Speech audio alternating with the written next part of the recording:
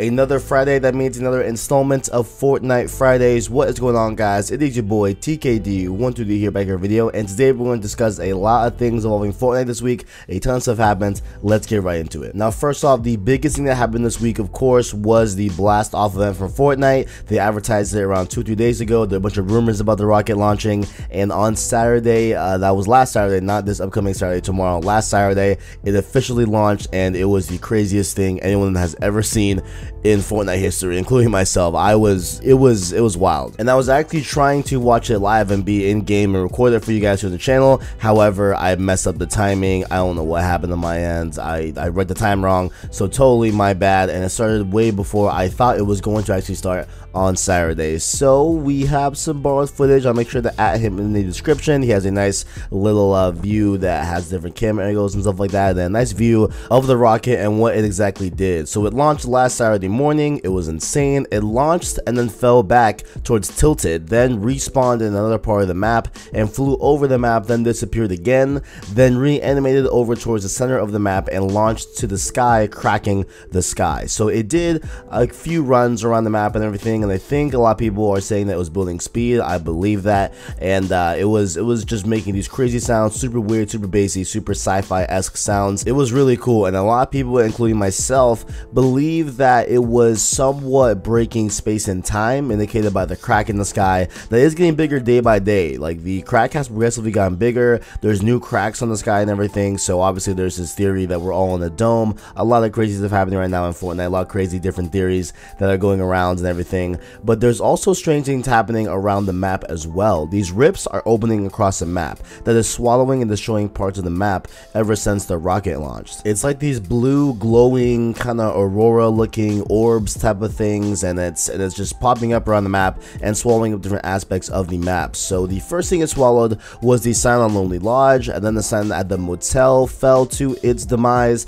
Then the giant tomato over Tomato Town got sucked in by this type of rift thing, and most recently the burger over Der Burger is now gone. So it looks like it is definitely, you know, destroying parts of the map. Things are getting pretty wild, but some leaks are saying that the crack will introduce time travel and different time periods in Season 5, with the areas being affected now being replaced by new areas to come into the game with Season 5. So any area that we listed on the map, whatever, that are having these rifts open and different parts of them are being sucked in by the rifts, they will be replaced in some form or fashion with a brand new area, and those areas are being rumored as being a western themed saloon type of strip, or a giant pyramid as well as being talked about. There's a lot of different things that are going on here, but we will have to see what Season 5 will bring. It is just a lot of things going on Fortnite involving the map and everything, and it is crazy. And I know me, you know, listen, me, I love Fortnite. I love playing Fortnite. It's absolutely fun and everything with friends and all that. However, I would like to see some new elements of the map, you know, be brought about, and just honestly a whole new map. I think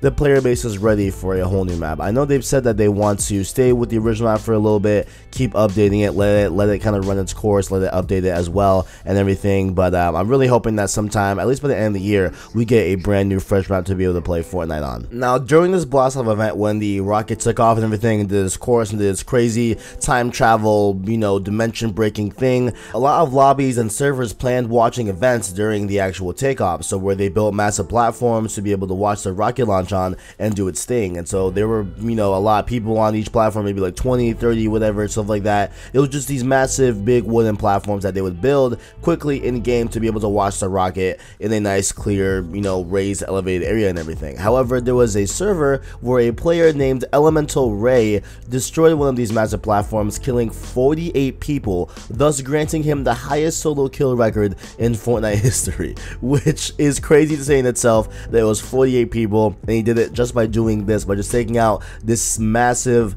platform that they were watching the event on and killing everyone on that platform. Now, I question whether he deserves it, but hey, the numbers don't lie, so congrats Elemental Ray on your solo kill world record on Fortnite. Next up here, we have a content update for version 4.5, and there's not a lot here to discuss in this content update. Really, we're only talking about one thing here that was added to the game, and that was the drum gun. I'm sure you guys have played it if you've played Fortnite this week. I have used it. It is a great weapon. It's super strong. We're going to talk about the stats and everything here in a little bit, but I could not get any gameplay from it. I forgot to record my session with it, so absolutely that was my bad here. But let's go over the stats here on the drum gun. So it is a hybrid weapon that combines the stopping power of a rifle with the suppressive ability and fire rate of an SMG. It's available in uncommon and rare variants, so it is very plentiful on the map right now. Since the rarity levels are so low, you can easily get your hands on them, and there is a 26 damage and 27 base damage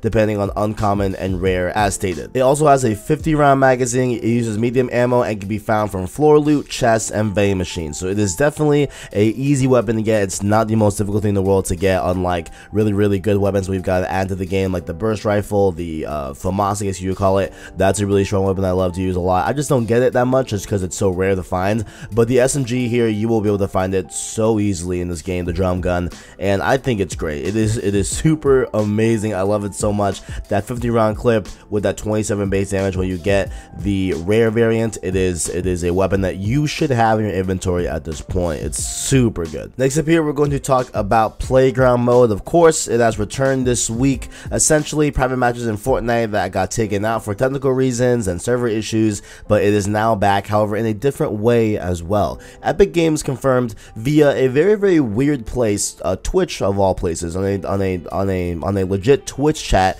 They confirmed that Playground is no longer an LTM, but a permanent mode in the game as of now, which is pretty dope. They said that, quote, "Yeah, we are working on a version where we can keep Playground as a mode, not just a limited time mode," unquote. So I think this is a great call, honestly, on Epic Games part. A ton of people seem to be having a great time with the mode, so making it permanent was a great move as well. And I feel like it was pretty much expected at this point that it would become a permanent mode, just because of how many times it's been promised and how many times it's been down and they had to take it, you know, off for maintenance, whatever, or different server issues, etc. But I'm really glad that they're going to keep it in the game for us, and we'll be able to mess around on Playgrounds to just, you know, have a low stress Fortnite experience where you're not constantly getting that W, but you can just relax and build stuff and practice your building skills and everything, and just you know, just kick it, just hang out. So I definitely do appreciate that they are keeping Playground in the game permanently. And then lastly here, we have the last week of season 4 challenges to display for you all. It has been a great season overall. I think the challenges were very cool and everything.